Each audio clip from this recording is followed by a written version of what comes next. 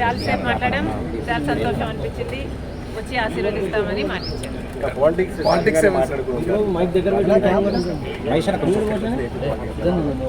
లేదమ్మా, actually mostly Rajasekhara Reddy గారి గురించే ఆయన ప్రస్తావించారు.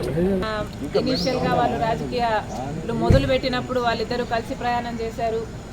పొద్దున్నుంచి సాయంత్రం వరకు వాళ్ళు కలిసే ఉన్నారు, జీప్లలో కలిసి తిరిగారు. ఇలాంటివన్నీ ఢిల్లీకి వెళ్ళారు. అప్పుడు చీఫ్ మినిస్టర్కి వాళ్ళిద్దరు కలిసి చేసిన ప్రయత్నాలు అయితేనేమి, ఇలాంటివన్నీ చెప్పుకుంటూ వచ్చారు. మేడం, కాంగ్రెస్ పార్టీలో మీ పాత్ర ఎలా ఉండబోతుంది? మీకు ఎటువంటి పదవి మీరు అనుకుంటున్నారు వస్తుందని చెప్పి వాళ్ళు కాంగ్రెస్ పార్టీ ఏ పదవి ఇవ్వాలి, ఏ బాధ్యతలు ఇవ్వాలి అనేది కాంగ్రెస్ పార్టీ ప్రెరోగేటివ్. కాంగ్రెస్ పార్టీలో because it is the largest secular party చేరడం జరిగింది. రాహుల్ గాంధీ గారు ప్రధానమంత్రి అయితేనే మన దేశానికి మంచి జరుగుతుందని, కమ్యూనల్ వైలెన్స్లు తగ్గుతాయని, రాజశేఖర రెడ్డి గారే రాహుల్ గాంధీని ప్రధానమంత్రిని మనస్ఫూర్తిగా చేసుకోవాలి అనుకున్నారు. కాబట్టి అదే జరగాలి, అది జరిగితేనే మన దేశానికి మంచి జరుగుతుంది అని చేరడం జరిగింది. ఇంకొకసారి చేరిన తర్వాత వాళ్ళ చేతుల్లో మనం పెట్టుకున్న తర్వాత వాళ్ళు ఎలా ఆదేశిస్తే అది నమ్మకంగా చేయాల్సి ఉంటుంది. ఈ అన్ని రాజకీయాలు ఎట్లా డెవలప్ అవుతాయి, నాకు ఏ బాధ్యతలు ఇస్తారు అన్న దాని మీద డిపెండ్ అయి ఉంటుంది. So we should all wait and see.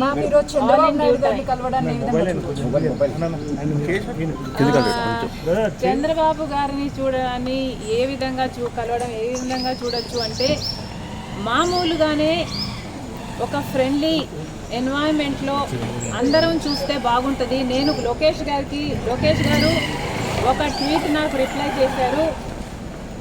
ఆ సందర్భాన్ని కూడా రాజకీయంగా చూడకండి.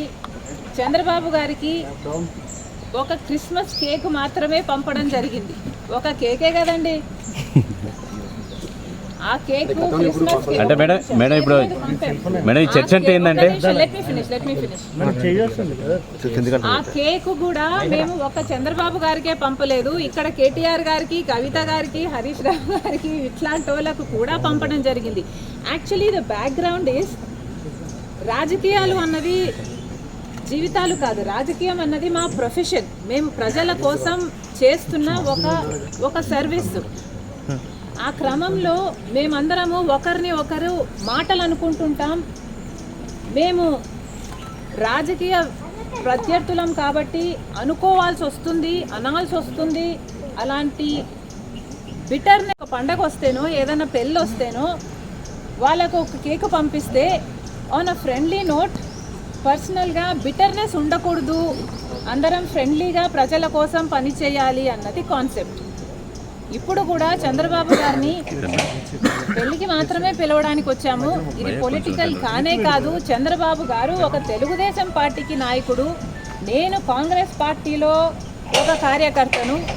మాకు రాజకీయంగా ఏ లావాదేవీలు ఉండదో, ఉండకూడదో, ఉండబోవు కూడా.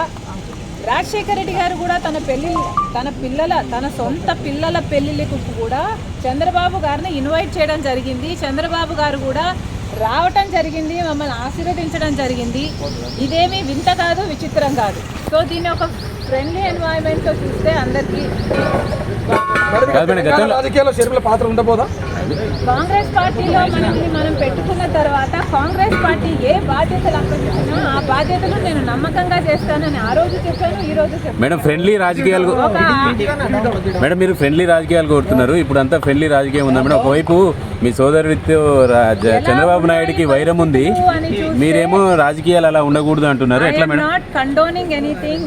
ఇలా ఉన్నాయి రాజకీయాలు అని నేను మీకు చెప్పనవసరం లేదు, మీ అందరు కూడా చూస్తున్నారు. కానీ ఫ్రెండ్లీగా ఉండాలి.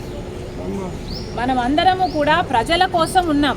ఏ వేదిక అన్నది ప్రజలకు తెలుసు. ఏ ప్లాట్ఫామ్ని మనం ఎంచుకున్నా, ఏ పార్టీని మనం ఎంచుకున్నా, ఉన్నది మాత్రం ప్రజల కోసం. సో ప్రజల కోసం నమ్మకంగా పనిచేద్దాం. పార్టీలు ఉన్నది, లీడర్లు ఉన్నది ప్రజల కోసం, స్వార్థం కోసం కాదు అన్నది నాది. చంద్రబాబు నాయుడు